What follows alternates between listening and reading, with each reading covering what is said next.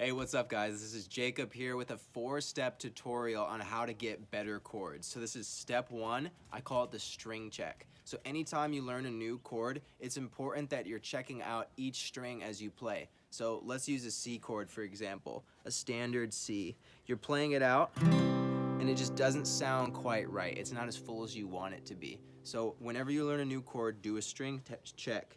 Start with the lowest string and work your way through the chord until you find that problem note.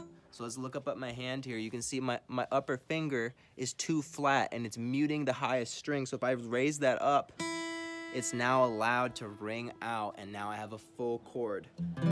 That's called the string check.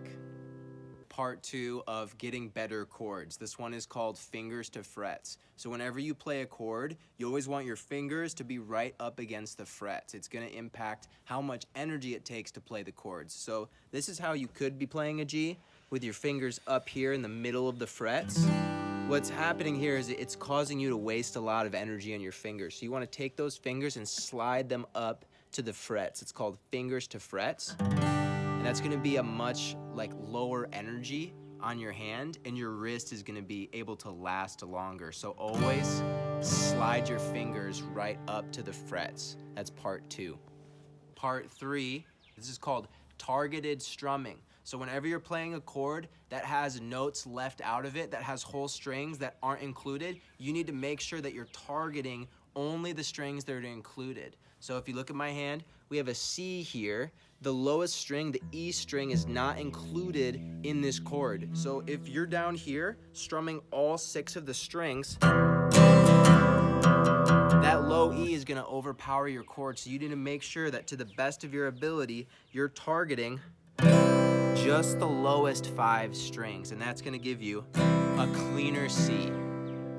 Part 4, this is called finger muting, or just muting in general, right? Whenever you have a chord that has a string left out of it, you're gonna take your thumb, or sometimes your pointer finger, depending on the chord that you're playing, and you're gonna mute that extra string. So a C chord, for example, doesn't have the lowest E string included, and you're gonna use your targeted strumming to avoid that string, but when you pick up speed, what happens is you just end up hitting that low E anyway, and you need a way to muffle the sound. So this thumb is gonna come up and gently place on the side, not depressed. If you depress, it's gonna ring out, but if you put it on the side, it's gonna mute it, and that's gonna give you the cleanest, purest version of all of your chords that have a muted string. It's called muting.